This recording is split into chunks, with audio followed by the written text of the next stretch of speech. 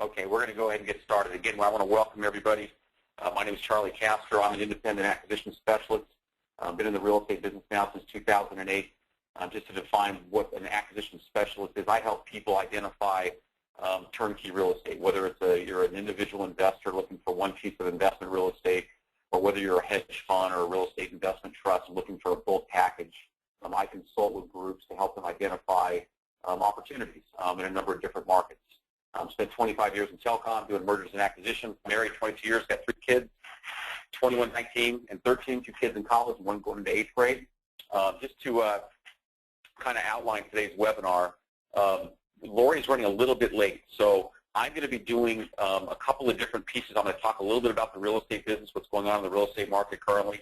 I'm going to talk about that, and then I'm going to talk about Birmingham. I'm going to do the entire Birmingham piece for Lori, and by that time she should be joining us on the webinar. If you have questions at any time, if you look to the right of your screen, you have a dashboard there. There's a button that says questions. If you just click on that button, you can ask your question. You can type in your question. We'll have too many folks on today to open up the microphones, but we will be taking questions electronically. So type in your messages or your questions rather at any time, and we'll take your questions at the conclusion of Lori's presentation. Just some statistics real quick, and I know most folks have a pretty good idea that the real estate market is on the rebound. In most every market now is up. I just highlighted, this is out of the Orange County Register last month. I just highlighted a few markets, key markets, Phoenix, San Francisco, Vegas up in the 20% percentile, Atlanta up 19.1%, which has been Lori's chosen market for the last 5 years. Detroit, unbelievably up 18.6%, although now it's a bankrupt city, but the real estate is climbing. And Birmingham is up 17.1%. LA Orange County, where I reside, up 16.6%, and now Orange County is now regarded as the most overvalued real estate market in the entire country. And this article just kind of goes on to say home prices are up double-digit rates, big deal. They're still way below the previous peak, and that's really sort of how, whether you're a hedge fund buyer or whether you're an individual investor, that's really how most folks look at the market. Yes, prices are going back up. Does that mean it's a bad time to buy? Not at all. It's actually a great time to buy. The market season, most specialized REO groups like Summit Assets Group has been in the market for a little while now. They understand what to do, what not to do, what markets to buy, and what markets to stay away from. The market's seasoned now, and so it's actually a great time to buy. Yep, we were going to see this eventually, weren't we? Interest rates finally went up in June. They went up actually the largest one-week increase to interest rates in 26 years. That was according to Freddie Mac. So we knew that was going to happen. And there's actually a lot of folks that said, well, you know, there was actually the lowest number of offers made on homes in June than we've seen over the last 18 months. And some people saw a correlation there. I don't see a correlation there at all. The fact is that hedge funds are really still the largest buyers in this real estate market. Hedge funds have pledged $900 million in 2013 to buy single-family residences. There's lots of good reasons for that. And they don't depend on interest rates. They pay cash. So I don't believe that the offers were down in June on homes because of the interest rate spiking a bit. I believe there's a lot of other factors that went into that, but I don't think it was due to interest rates. I still think most folks will still look at this and say, wow, you know, 4.46%. I still remember the days I bought my first home in 1981. My interest rate was 18%. So 4.46% is still a pretty doggone good rate. This is from the National Association of Realtors, just stating that real estate jumped 9% in 2012, and that's the largest increase in 5 years. And home inventory levels hit a 5-year low in December 2012.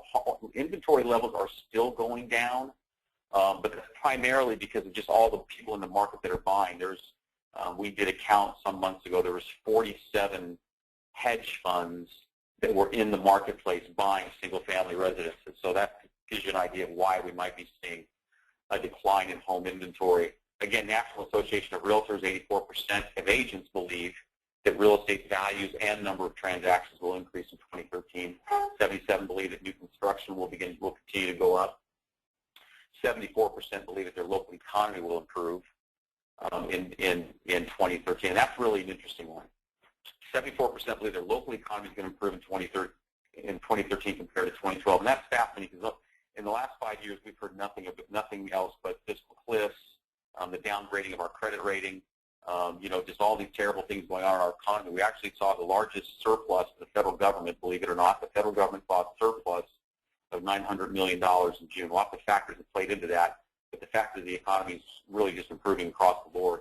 And no market's expected to see a decline in home values or real estate transactions in 2013, where we saw 1/3 of the market saw a decline in 2012. And as I mentioned, a lot of this has to do with the fact that, yeah, there's a lot of buyers out there. We believe that hedge funds, real estate investment trusts really began to zero in on single-family residences about the time that Warren Buffett was interviewed on CNBC and made a pretty powerful statement. They asked him a question. They said, would you invest in single-family homes? And he said, I buy millions of single-family homes that were practical, but I'm not very handy. And that sort of frames the challenge the individual investor has. If you're going to invest in today's real estate market, I don't think anyone's going to tell you that investing in real estate is a bad investment. It's not. It's a great investment today. The question is, how do you do that? Who do you rely upon for things like identifying the property, finding the proper tenant for the property, doing the necessary rehab work for the property to put it into rent-ready condition? Who's going to do that? And that's a critical question you have to ask yourself. Who do you partner up with? Warren Buffett didn't just say, by the way, that real estate was a good investment. He then went out and purchased Prudential Real Estate. So he's now heavily invested into the real estate market. Blackstone is sort of the 300-pound gorilla in our industry. They are the largest hedge fund buying single-family homes. They're the largest owner of single-family homes in the United States. Jonathan Gray was asked this question just last month. Are you done buying? And he says, no, not yet. And their strategy is very similar to what your strategy might be. He goes on to quote, they isolate key markets for growth. They renovate the properties. They invest the money into doing the rehab, and then they put a tenant in there, and they build a long-term business. And that's sort of the strategy that I would encourage you to look at. Is there buy and flip strategies out there? Absolutely, there's some buy and flip strategies out there. And certainly some of those can be good opportunities. Most of the hedge funds that are in this for more on the long term. We've just learned this just recently. We actually have a firm, a group out of Las Vegas that's flying down to Birmingham in about 3 weeks to look at our operation down there. Chinese have typically been invested into the real estate market, but generally they're more in the hospitality and commercial side. I have not seen them dig too deep into the single-family residence market, but they are now. They've invested recently $500 million into Blackstone for single-family homes. That just occurred just last month. I've been using this slide now for a number of months. It sort of frames sort of where we've been and where we're at and where we're going. Home prices have not hit bottom nationally yet. This is in 2012, but demand is starting to grow, especially for distressed properties at the low end of the market. A couple things to point out there. First of all, we've hit the bottom end of the market. We are no longer at the bottom of the market. The market is starting to improve. We believe it's going to continue to improve. Demand did certainly grow, and when we say distressed properties, the low end of the market, what they mean by this quote, and what we have been saying for a number of years now, is investing in markets like California, places in Vegas or Phoenix, the markets you want to invest in. You want to invest in markets where you're going to get a yield and you're going to get an appreciation. You want to get a cash-on-cash return on your investment, and you also want to be in a market that's going to appreciate. I mentioned Orange County a minute ago. I live here. You could certainly still get value in Orange County, but you're going to probably pay $400,000 to $500,000 for a fixer-upper, and you're going to rent that for probably $2,000 a month or in that ballpark. So your cash-on-cash return is somewhere around 4 or 5%. And you're in a market, as I also mentioned a moment ago, that is considered to be the most overvalued market in the country. So you have to say to yourself, well, where's my appreciation going to come from? I could actually be overpaying at those prices today. In other markets, and Lori's going to talk to us in a few minutes about her new market, which is Birmingham. She's been in Atlanta for a number of years. Those are markets that would be lower end. Not so much that the properties don't have great value, but the properties aren't going to cost you $300,000 or $400,000. Certainly, we did see large-scale investors get in, so CNBC hit that one on the money. And then how does an individual investor get in without cash lying around retirement funds? We've got a couple more webinars coming up with Lori and Brian Davis with Active Plan in the next several weeks. Be on the lookout for those. It's a great strategy. If you're looking to invest, you've got somebody laying around your 401k or your self-directed IRA that's not earning you a lot of money, a lot of income. You might look at putting a single-family residence into that. Team up with a partner like a Summit Assets Group, and earn some good cash-on-cash rates for returning your money and watch your money appreciate. So where do you invest at? So now we're going to flip the page and we're going to talk about Birmingham. So these are some of the things that you might look for. Cities that falls hard but are recovering. You're looking for places that are recovering after the economic crash that we had. Net flow of people moving in, affordable cost of living, friendly to businesses is a key thing. Friendly to landlords, job creation in government is focus. Quality in higher education, quality transportation, and industries for the future. These are the things that Summit looks for, that Lori Graymont looks for when she looks at a market. What's the best market for me to go into? And she had some great success in Atlanta, still in Atlanta, obviously, but Birmingham is an emerging market. And I can tell you that I've been doing some things in Birmingham for about 3 years myself, and we've seen that city grow. We've seen some increases in real estate there just over the last 12 months that are pretty significant. I pulled this off of the New York Times just this last month. If anyone wants a link to this article, I can send it to you. But this article just sort of talks about what's happening in Birmingham. And I'll talk more about it as we go through these slides. But Birmingham is an area that's really been revitalized for a whole lot of reasons. Birmingham, once a time historic, I think Birmingham has really been known for two things, and that's the birth of the civil rights movement in the 60s. And then, of course, in the 1970s, they were really known as sort of a steel town. And that's sort of changed now. They've morphed more into a financial district and a medical community, more white-collar than blue-collar. And the whole city's been transformed. And I'll just kind of, if I go through slides, we'll just sort of talk about what's going on there. CNN Money names Birmingham the 10th best overall real estate market in the nation. Also the third fastest growing real estate market in the nation. New Wire Investor, a key indicator, studied the top 10 best cash flow markets in the U.S., and Birmingham was third. The difference in Birmingham is typically in some markets, let's just use our market here in California again, if you get 4 to 6%, you're doing pretty good cash on cash, return on your investment. In Birmingham, you're going to target 10 to 15%. It's just a different rate of return in a market that's climbing back up. And then, of course, revitalization and economic development in the downtown district. We'll talk about that as we go through this. So why invest in Birmingham? Noted by many experts and publications, one of the nation's most livable cities. Recent developments, as I mentioned, getting rid of the poverty-stricken and the government-supported projects. The downtown area, I'll talk about the downtown area real quickly. I'll show you a couple pictures here. They have a minor league baseball team here called the Birmingham Barons. You may recall if you're a baseball or basketball fan, that was the team that Michael Jordan played for when he decided to step away from basketball and go play baseball. He played for the Barons. Well, they've taken their stadium, which was in the suburbs, they've moved it into the downtown district. So they've revitalized the whole downtown area. They've developed a world-class culinary scene. Now, that's going to sound strange to a lot of people. Imagine going to Birmingham and getting a 5-star meal, but they've actually created some excellent dining experiences there. More green space per capita than any other city in the nation. That one even surprised me. And ranking 13 among the largest southeastern metropolitan areas, and 48th in population among the nation's top 300 metropolitan areas with a population of 1 million people in the metro area.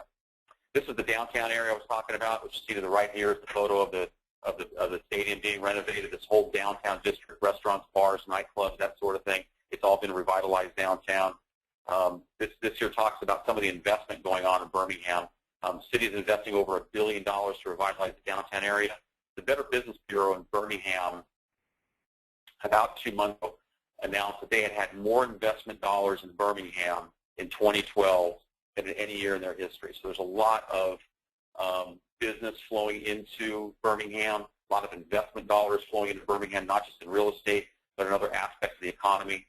Was transforming investments in biotechnology and medical research at the University of Alabama at Birmingham and at the adjacent hospital. There's a lot of interesting things going on there from a business perspective. The downtown area is being revitalized, and the real estate is just sort of following suit with regards to value. This graph here, I just pulled this off just a few weeks ago. Just talked about a 2.8% increase in sales prices in February, this past February. The green bars here represent sales prices, and the yellow line, or the red line rather, indicates inventory levels. What you'll see here, the market sort of peaked in 2006 and 2007, then we had the crash in 2008, and then you start to see the values of homes begin to decrease, and they continue to decrease in 2010 and 2011, and then we saw that climb back up again. You saw it in 2012, we saw a 17% increase in here in values of homes. We're still seeing an increase in 2013, we believe it's going to continue to increase. But then if you just look at home inventory levels, obviously when the crash occurred, it spiked, but now home inventories are coming down. Now, is that a good thing or a bad thing? You certainly have to be more selective, but we also believe it creates a lot of opportunity. Lori will talk about what she's doing there in Birmingham, but identifying key partners on the ground to identify off-market properties is really the key, and really what Summit Assets sort of specializes in, which is what Lori's going to talk about next. So I'm going to turn the controls over to Lori. Lori, we're going to hand it to you. I know you did join us while I was giving my presentation. I want to thank you for being on with us today.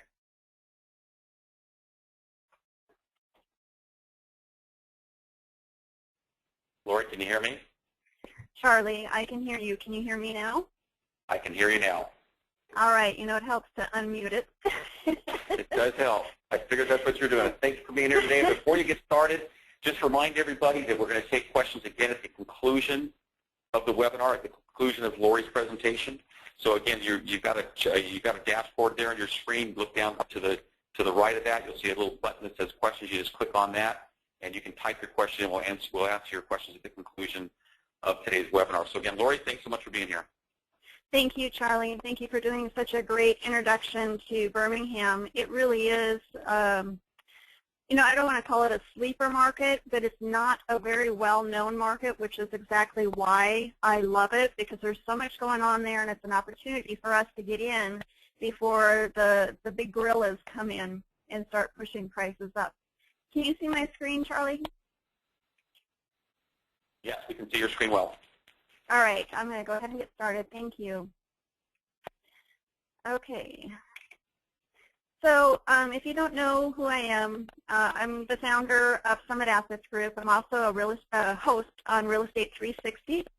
And I grew up in a family environment of real estate. I just truly believe real estate is what I would call the common man's way to build wealth, to, you know, to build a legacy for your family. And so I just love real estate. I've been involved in just about every aspect of it. And long-term hold real estate is where it's at. In 2008, I founded Summit Assets Group, and in 2010, we started selling the properties out to other investors. And one of the key things that we do is we move from marketplace to marketplace. Before Summit was created, we were in Texas with a lot of our investors that then followed us into Atlanta and now into Birmingham.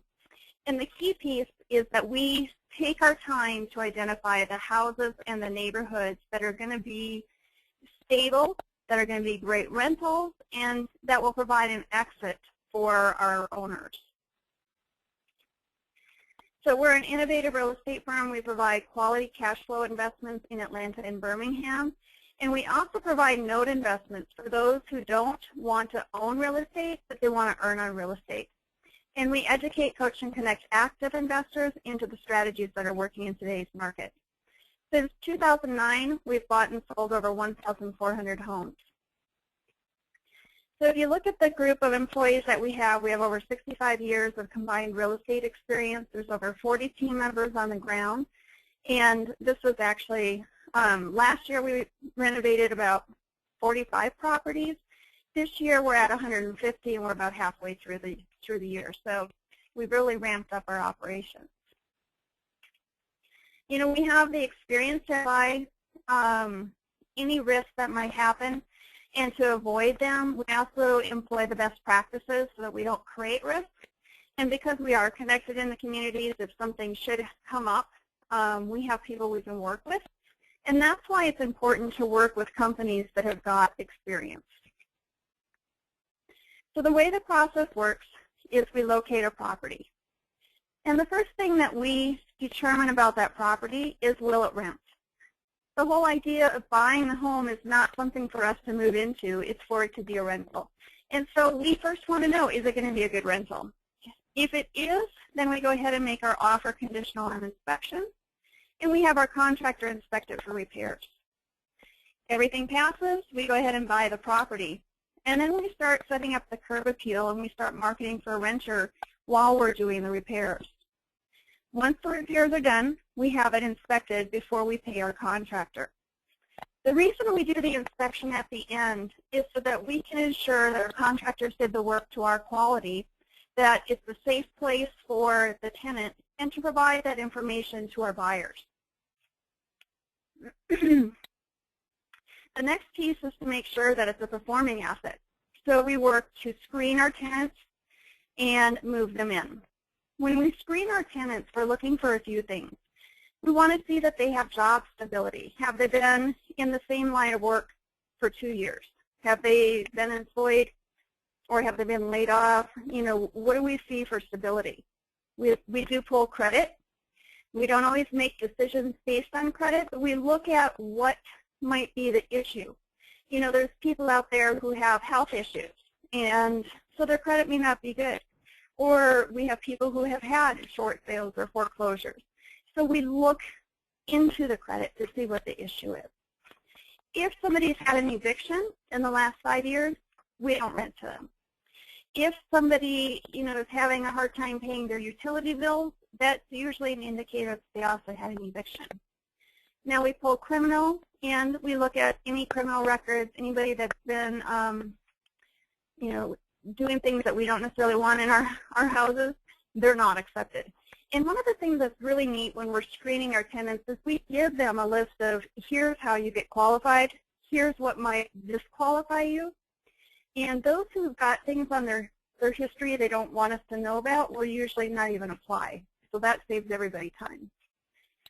Once the tenant moves in, we do a 90-day inspection. We go and we look at the property. We make sure that everything looks good, that they're taking care of it, that they didn't open up a mechanic operation in the garage, those kind of things.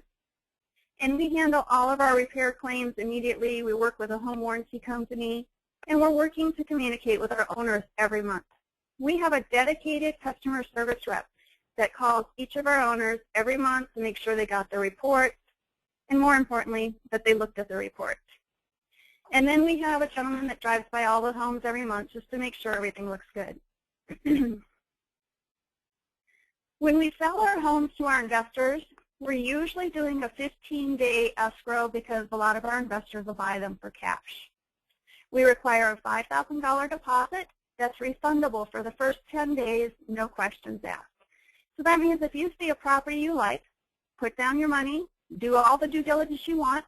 Maybe you ask your dog and your dog shakes his head the right way and you decide, you know what, I'm not buying it. You just let us know. Home warranty, we put a home warranty on all of our homes. In addition, anything that we worked on we'll cover for 12 months. And what we really want to do is make sure that our owners know that we are the one-stop shop. You have any question, any concern about your property, you call us and we'll either fix it or we'll call the right person to get it done. So what I'd like to do now is just show you a few of the properties that we have in Birmingham. So this is a house in Birmingham, and I say in Birmingham just like Atlanta. There's areas that are outside of Birmingham proper, the suburbs. That's where we always focus on the suburbs. Excuse me. So this is in Hueytown. It's a 3-bedroom, 2-bath. It's 1,500 square feet. The price on it is $92,000, and it rents for $1,150. So as you can see, if you're being conservative and you take an 8% vacancy and you take a $500 for maintenance, you still get an aggressive 10.6%.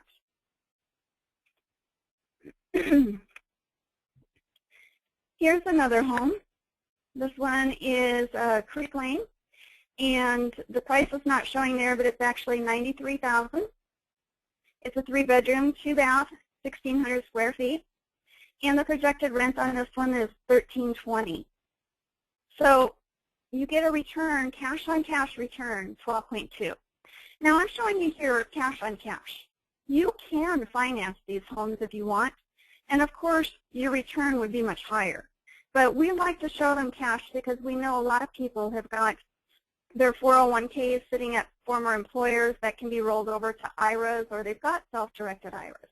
And maybe they have 100 or a couple $100,000 sitting in there, but they're not sure what to do with that money because here in California, it doesn't get you very far with a property.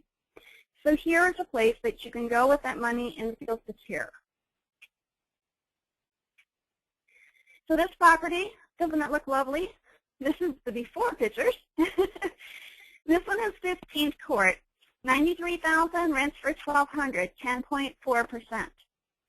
This is the style of home that rents well. Once it starts getting fixed up and people see us working on it, we will have no problem getting a renter in it.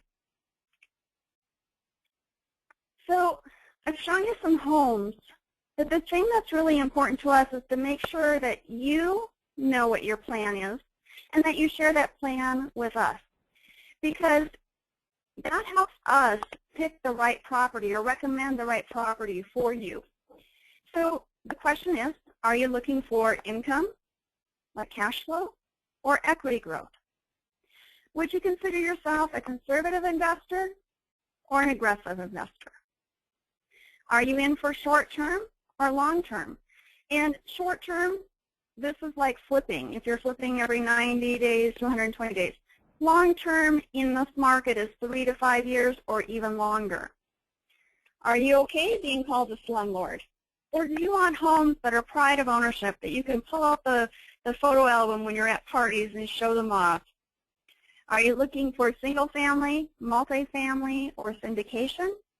And are you looking to self-manage or have professional management? Most of our clients fit in this area here. Their primary objective is growth of equity. Their risk tolerance is conservative.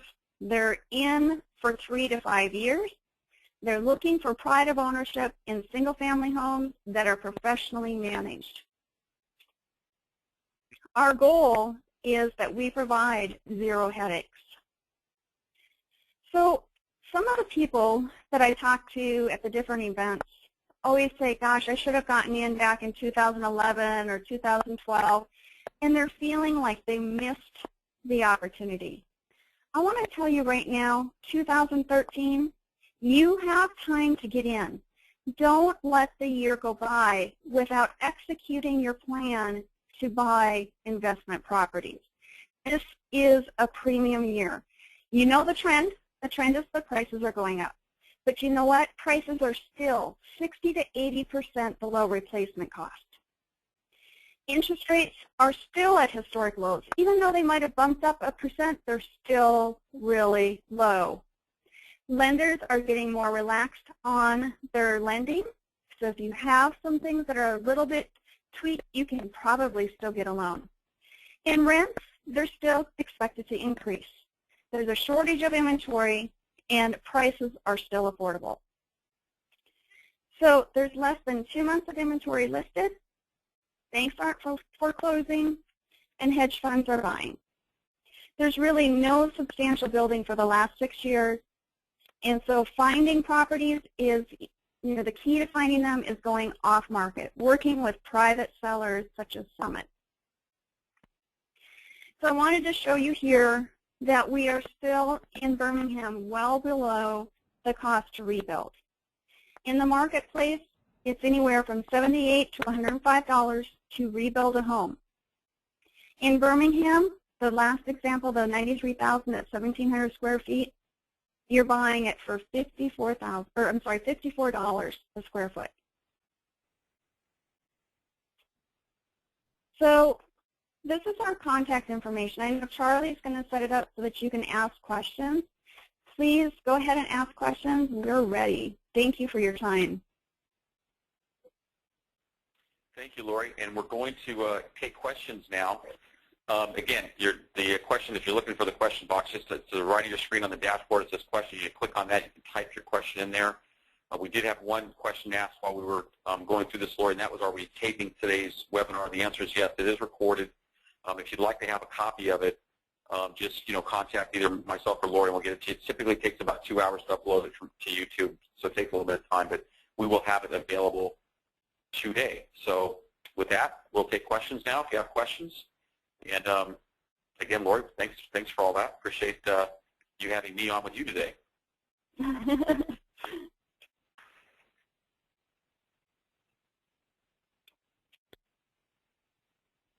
Okay, we don't have any questions on the screen, but I'm going to leave these. I'm going to leave the screen up for a few minutes. If you prefer to ask us a question live, we'll leave this up here. Take note of our phone numbers. We'd love to talk to you. Feel free to give us a call anytime. And we have a question. I have to put my glasses back on so I can read that question.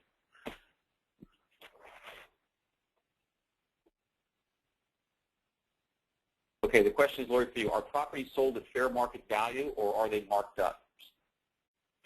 The properties are actually under fair market value for the most part, and we are not having any appraisal issues in Birmingham.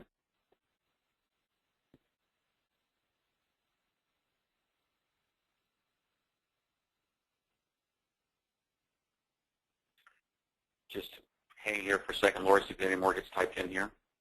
Sure.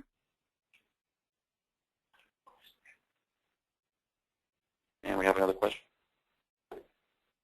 And I'll read. Do you have a non-recourse IRA lender and what LTV? I can talk about non-recourse lenders. Laura, do you want to answer that? No, go ahead with the non-recourse. I mean, I know we work with IRAs, and I know you have a great contact for the non-recourse. So we have, I have several contacts for third-party administrators. If you're looking for a third-party administrator to help you move money or set up a 401k or self-directed IRA, if you're looking for something, I have several that we use.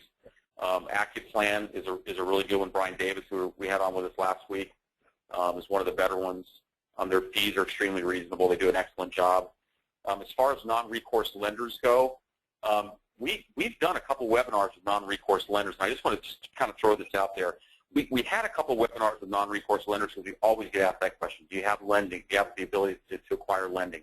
So I spent several months looking for and interviewing non-recourse lending groups. There's a bunch of them out there. And this is what I sort of found. Non-recourse lenders are always going to charge a fee, and in some cases that fee can be significant. It could be up to $10,000 for the fee, just for the fee. Forget the interest rate and that sort of thing. And their interest rate, depending upon the lender, is going to be anywhere from reasonable, which is like 6 to 8%, up to the unreasonable, which just gets into that territory of almost hard money lending. And so from my analysis, the way I see the non-recourse lenders is that if you're looking to buy something in the $200,000 to $300,000 price range, that's probably different. But in this sort of under $100,000 price range, for the fees that you're going to pay and the interest rates you're going to pay, you're really better to go take a second out in your home or get a line of credit and bridge the difference between what maybe you have in your 401k or your IRA and what it would cost to purchase a home.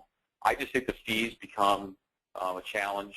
But if you're interested in a non-recourse lender, I can certainly introduce you to several. Lori, you have anything to add to that? no, I mean, that's pretty much what I would recommend, is just because the fees end up making it such a costly loan to the interest rate, it's so much better to go find the money in another location. Even if it's just partnering with somebody, you're going to be in a better position.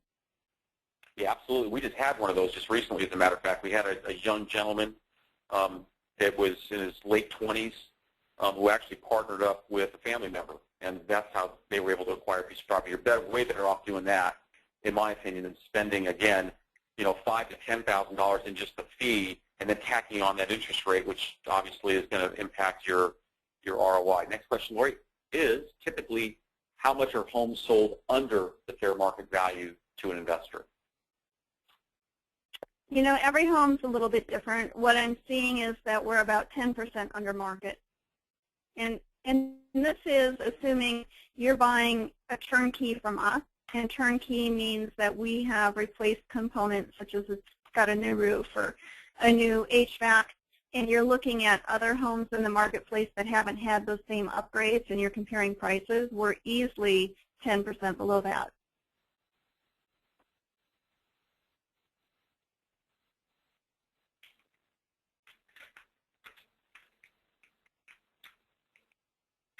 Okay, how do you select neighborhoods and know which are the best areas for rentals, crime rates, et cetera? Yeah, so the question itself actually gives away some of it. The first thing is you look at the schools. Are they good schools? Then you look at the crime rate. What does it look like for crime in that area? Then you drive the neighborhood and you see, does it look like it's a bunch of rentals in the neighborhood, or does it look like it's owner occupied? And we have different investors with different investment strategies. We kind of classify the neighborhoods in an A, B, or C neighborhood. A being, like the best schools, the lowest crime, and it's usually where the mover upper owners live. So you're in a higher price point. You're not going to see as good of rent ratios in the A neighborhood. B is really where our bread and butter is. B is your working class neighborhoods. It's completely safe. They're nice. They're good schools. It's, good crime rates. You see a mix of rentals in with the homeowners, and it's usually where you're going to see your first-time homeowners move in. That's really what we focus on for the most part, but we do have homes in the A's and then the C. And the C neighborhood is, again, very good and safe, The schools may not perform the best, but the market where you drive around is mostly rentals because it's usually close to jobs. So keeping it rented is easy. It's just the reality is that people who own in that area are investors, and so your exit is most likely going to be a refinance. It's a property that you want to own forever and have, great cash flow, but you most likely will not sell to a homeowner. And the whole thing about homeowners is homeowners buy on emotion. They don't buy on numbers. And so if your house looks great and it meets their need and they want to put their kids in that school, they'll pay more for the house, maybe even more than market. So you always want to look at what is your exit. Are you in to hold it forever, or do you want to get out in 3 to 5 years? And that kind of helps you pick the A, B, or C neighborhood.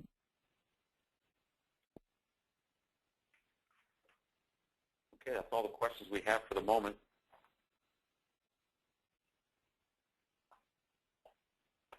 Okay, if there's no more questions, I want to just thank everyone for being on with us today. Be on the lookout for more webinars. Lori, I believe we have a series of about 4 coming out in the next 2 or 3 weeks. Is that correct? Yes, we do. Our next one is next week on Wednesday at 3 o'clock, and it's going to be about funding, what do we call it, funding your long-term holds. And then we have another one on Thursday at noon, the same thing just repeated. And Laura, we got one more question. Is one able to obtain a third-party disinterested appraiser for an opinion? Well, you can always get appraisals. Our sales are not contingent on financing or appraised values. But for your own edification and knowledge, we have no issue with you getting your own inspections or your own appraisals. There's no issue with that whatsoever.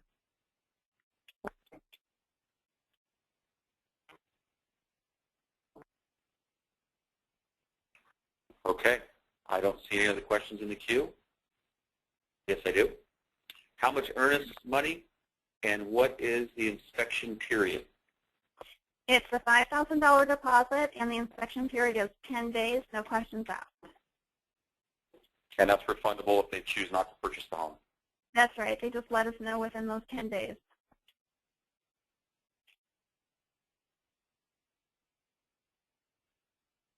And no more questions. A comment saying thank you. And thank you, Lori. And again, you've got our numbers on the screen here. You guys can contact myself or Lori at any time. Love to answer your questions. We do have an inventory list, so if you're interested, we can certainly send you some properties to view. That would be complete with all the details of the property, including a plethora of photos and whatnot. So if you'd like to look at some inventory, Paul, we'd like to just first get an idea of what you're looking to accomplish, what your goals are, and then we can send you some things that we might think might fit for your particular strategy. So feel free to give us a call. Consultation's free. And Lori, again, thanks, and thanks for everybody for being here today. Yeah, thank you. Thank you, Charlie, and thanks everyone for your time.